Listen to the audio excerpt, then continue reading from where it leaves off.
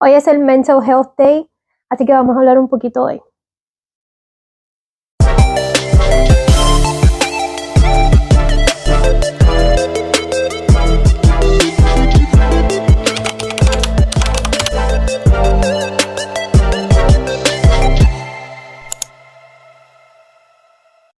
¿Qué es la que hay, mis amores? Espero que estén bien. Bienvenidos a otro videito aquí hablando un poquito de shit conmigo.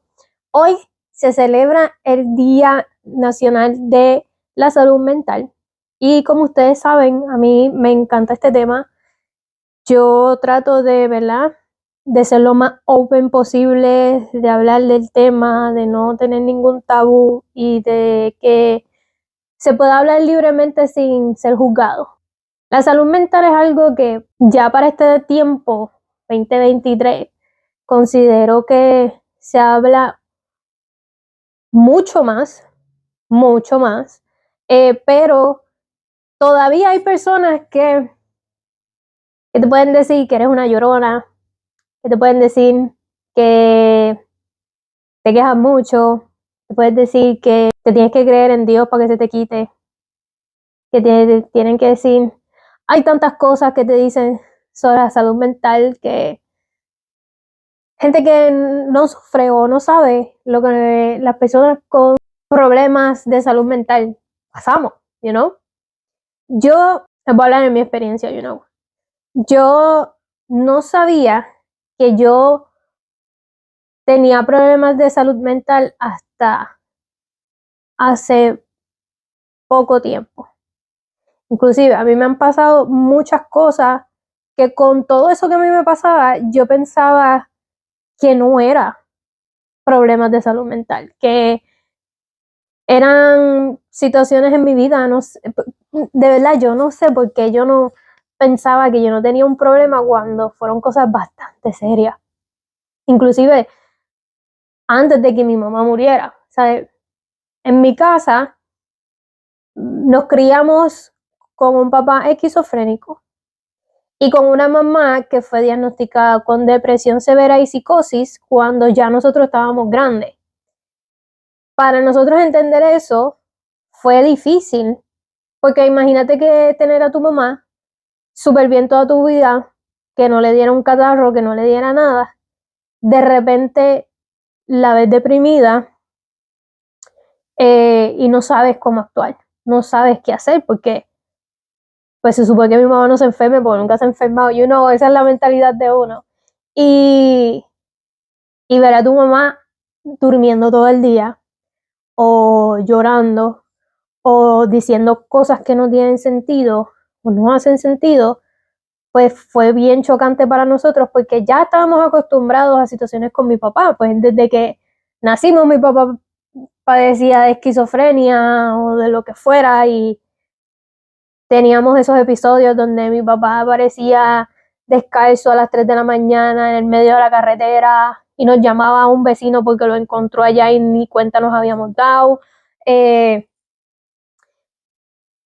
tu papá le dieran loqueras, de que hiciera como si estuviera agarrando flor, como que hojas del aire. Muchas cosas que pasamos, tú sabes, nosotros. Y fueron momentos difíciles. Pero ya cuando tienes a los dos y cuando no estás acostumbrado a ver a tu mamá así, pues fue difícil. Yo creo que yo tenía como 12 años. Pero yo no me había dado cuenta que yo desde pequeña padecía de ataques de pánico malos. Yo me sentía como me dan ahora, así mismito, pero cuando yo era pequeña, yo no me podía quedar en casa de nadie, de mis primas, yo no me podía quedar en casa de una amiga, yo no me podía quedar en una casa ajena, no podía. Yo dormí con mi mamá hasta los 14 años. Sí, hasta los 14 años yo dormí con mi mamá. Y era porque simplemente no podía dormir. Yo me acuerdo de decir, ok, dale, yo me voy a quedar en casa, yo me voy a quedar en tu casa hoy, sí, dale, sí, pero no llores, ¿está bien? Si no, yo no voy a llorar, yo te prometo que yo no voy a llorar. y estar a las 3 de la mañana con un ataque de pánico de que no poder respirar, de llorar, de que esperando que el sol saliera, de que necesito irme a mi casa ya. Hubo veces que mi mamá me tuvo que buscar a las 2, 3 de la mañana a casa de mi tía, porque ya yo no podía más. Y así mismito como yo me sentía esas noches que no estaba con ella, son como los ataques de pánico, ¿sabes? Que me dan ahora, ¿sabes? Todo igual, todo. Las piernas me tiemblan, el pecho se me quiere salir, el corazón se me quiere salir del pecho, las manos me sudan, me falta el aire, todo eso me daba. Y nadie lo veía así, ¿sabes? Mami decía que, pues, todo el mundo decíamos que era, pues, porque yo dormía con mami y no podía dormir sin mami. Y luego de eso, siempre fui una persona bastante ansiosa, pero creciendo me dio más en la escuela. Era como que yo tenía que ser perfecta en la escuela, yo tenía que sacar así, yo sacaba una B, yo no podía, o sea, era como que esa presión, esa cosa de que no puedo, pero no fue tanto, ¿sabes? Como después. Luego pasaron un montón de situaciones y hubo un momento bien oscuro en mi vida que mi mamá todavía aún estaba viva y ya yo veía cosas en mi casa. Yo veía personas en mi cuarto, yo no podía dormir, yo escuchaba cosas y me daban esos ataques de pánico a cierto punto que me desmayaba y me quedaba sin oxígeno y cuando me levantaba se podían ver las uñas violetas, mis labios violetas. Luego de eso, todo esto tiene que ver con cuando, con problemas de separación, cuando siento que me voy a quedar sola, me daba. Tuve una relación bastante tóxica y cuando peleábamos me daba, ¿sabes? Una vez mi pareja en ese momento tuvo que romper la puerta del baño porque me dio un ataque tan fuerte que estaba casi ahogada en la bañera ya, igual sin aire, con las uñas violetas, los labios violetas, me había ido 17. Y en esa etapa fue horrible. Y fueron los primeros ataques de ansiedad así fuerte que me dieron, que yo no sabía cómo reaccionar, yo no sabía qué hacer, por eso era que, que llegaba a ese punto, porque no sabía cómo pararlo, no sabía cómo controlarlo, entonces me desesperaba más y llegaba al punto en que ya yo no podía más. Luego pasa lo de mi mamá. Mi mamá, ok, yo cumplo el 3 de junio, y ustedes saben, madre, pues es en mayo. Eh, Mi mamá tuvo sus depresiones. Yo llegué te diría que salvarle la vida como 3 veces.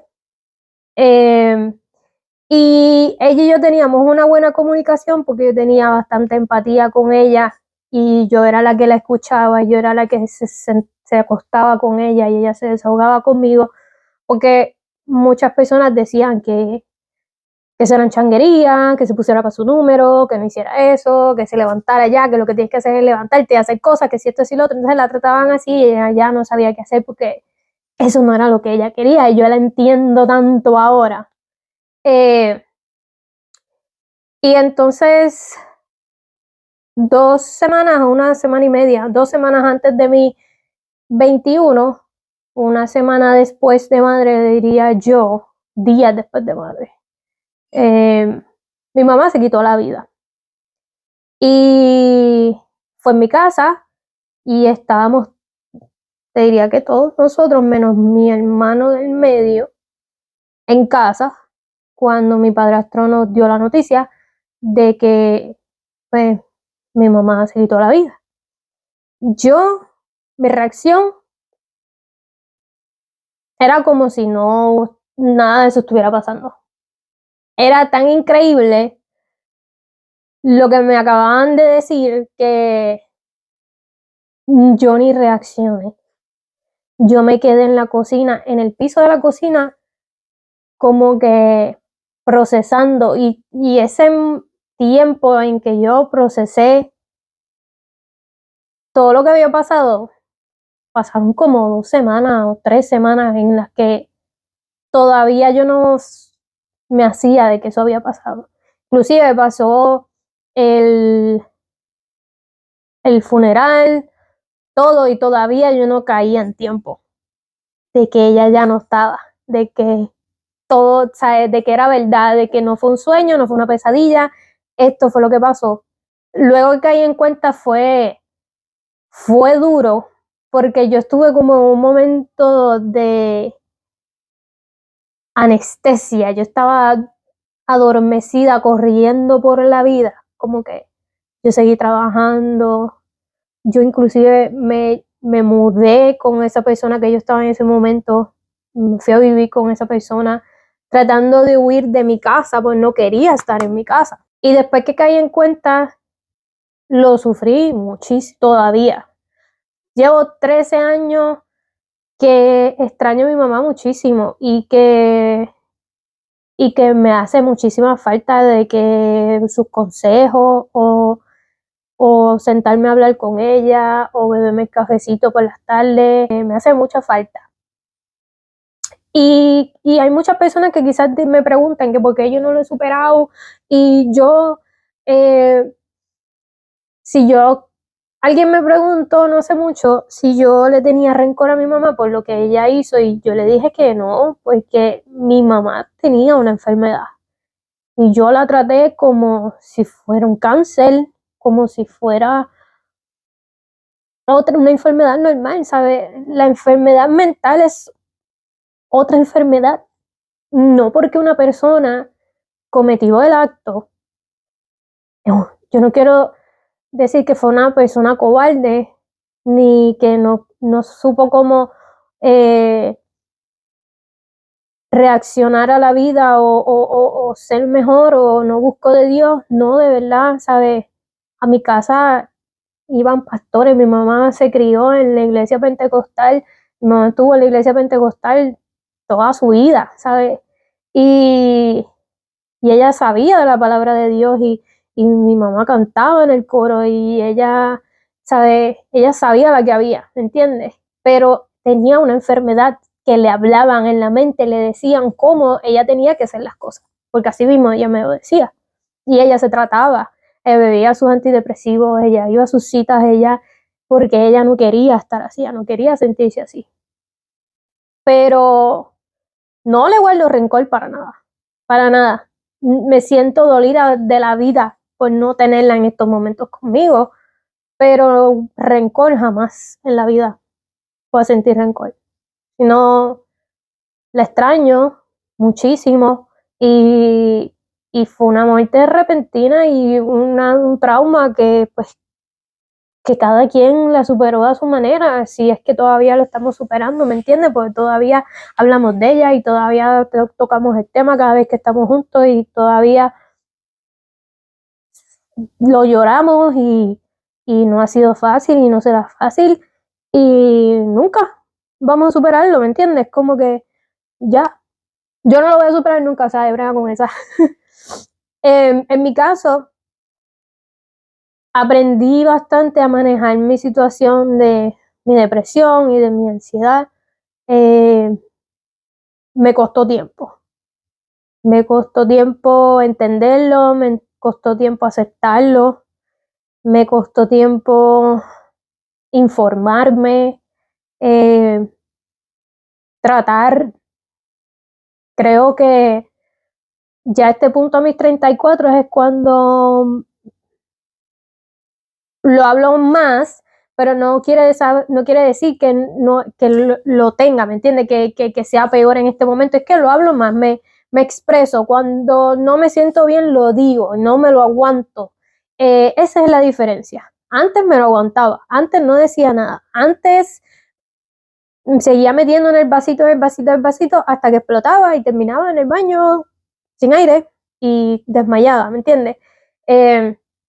Pero hablar de la salud mental no te hace débil, no te hace un chango ni una llorona, Sé que muchas personas que lo piensan así, lo veo en las redes sociales todos los días y me duele tanto y me da tanta vergüenza ajena ver que hay personas que piensen de esa manera todavía y que no se puedan poner en los zapatos de otra persona, de que estemos tan encerrados en lo que estamos pensando nosotros, que en lo que creemos, sin ni siquiera conocer a la persona de la que están hablando, porque la gente que escribe comentarios que yo veo, o sea, no son en mis redes sociales, porque yo no soy tan famosa para recibir hate, pero a veces veo en los comentarios de otras personas, en los posts de otras personas, los comentarios de la gente, de que contra, tú no sabes lo que tú le estás diciendo a esa persona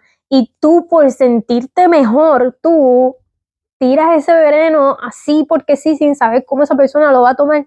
De verdad, en mi cabeza no cabe en mi cabeza. Yo una vez hice un video en TikTok diciendo ¿qué fue? Yo estaba en Puerto Rico de visita y hacía demasiada calor y yo estoy diciendo, Dios mío, yo no sé cómo ya se vive en Puerto Rico porque el calor está insoportable, o sea, no puedo estar afuera, como que las casas en PR no tienen aire central como aquí, ¿me entiendes? Como en Florida, pero mi expresión era del calor, ¿sabes? Estábamos hablando jocosamente sobre el calor en PR y un ser humano me escribió en los comentarios, ya tú no eres de aquí, mátate. ¿Cómo tú le puedes escribir eso a otra persona? ¿Qué hay en tu corazón? ¿Qué te pasó, niño? ¿Sabes? Eso a mí no me cabe en la cabeza. Y de verdad necesitamos más amor en este mundo, necesitamos más paciencia y empatía, diría yo, que otra cosa. Las personas cada vez tienen menos paciencia, tienen menos empatía, y duele porque hay veces que yo veo una persona en la calle y yo estoy llorando porque me imagino a esa persona sufriendo y pasándola mal y a veces yo me quejo de algunas cosas y no veo que la cosa puede estar peor y me estoy ahogando en un vaso de agua. Pero son cosas que pasan. Yo te diría que cada quien tiene su manera diferente de cómo tratar su salud mental, dependiendo de cuál sea el caso. No solamente está la ansiedad, no solamente está la depresión, no solamente está la bipolaridad, no solamente están esas enfermedades, hay muchas otras cosas más que pueden ser por traumas, puede ser por desbalances hormonales, químicos de tu cerebro, pueden ser trauma, PTSD de alguna situación, ¿sabes? Cada quien es bien diferente, no podemos comparar una situación con la otra. Y por eso es que necesitamos preguntar más cómo estás, cómo te sientes, juzgar menos y no te sientas mal si tienes que alejarte de ciertas personas que te están haciendo daño. No te sientas mal de escogerte a ti misma o a ti mismo y amarte a ti mismo y ponerte como prioridad a ti mismo y tener que alejarte de personas que te trigger you, que hagan que tu mente piense y te lleve a un punto en el que tú no te sientas bien contigo mismo simplemente porque una persona se siente mejor haciéndote quedar mal o, o porque la persona no lo entiende.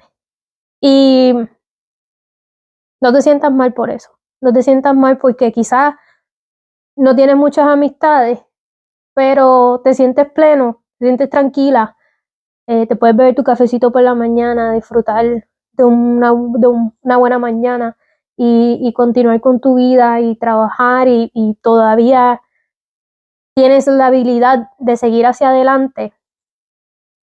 Pero si tienes que decirle adiós a personas que sientes que no traen algo bueno a tu vida o que sinceramente te hacen daño con sus comentarios o con sus pensamientos o cómo ellos piensan de ti, Mira, de verdad, no te sientas mal por eso. Aléjate, vive feliz, vive tranquilo. Si no vivas con rencor en tu corazón. Yo siempre he dicho que yo no odio a nadie. Yo no odio a nadie. Sinceramente, yo no odio a nadie. Porque la vida misma se encarga de las personas que les gusta hacer daño o de las personas que ni siquiera le importa. Estaba viendo, creo que fue un TikTok o alguien, no me acuerdo, que estaba diciendo que ¿por qué tú necesitas que una persona te pida perdón cuando ni siquiera le importa? Cuando ni siquiera se dio cuenta o sabe el daño que te hizo. Tú sigues, no guardes ese rencor, ¿sabes? Que no te importe. Y vive feliz contigo mismo, con tus decisiones, con lo que estás haciendo, piénsalo. Y creo que básicamente es eso lo que quería hablarles. Quería hablarle un poquito del tema de lo que es la salud mental, de mi situación, de toda mi vida, de lo que cargo en esta espalda gigantesca que tengo. Mentira. Pero sí, no es fácil. No es fácil no tener una buena salud mental, no es fácil que tú quieras tener una vida normal, que tú quieras levantarte todos los días, que tú quieras querer ser feliz, que tú no quieras estar quejándote o que quisieras que lo que tienes en esta vida te haga plenamente feliz y que no pensar en nada más, pero no es así. Y tenemos que aprender a vivir con eso. Y también tenemos que educar a los que están cerca de nosotros, a nuestros seres queridos, de cómo bregar contigo, de cómo se trata, de qué cosa, cómo tú te sientes cuando alguien te dice algo que no te hace bien. Quizás ellos no se dan cuenta de lo que están diciendo. Quizás ellos lo están tomando como pues el mejor consejo que te pueden dar, pero quizás no es el mejor consejo. Y hay que comunicarlo, hay que educarlos y seguir hacia adelante.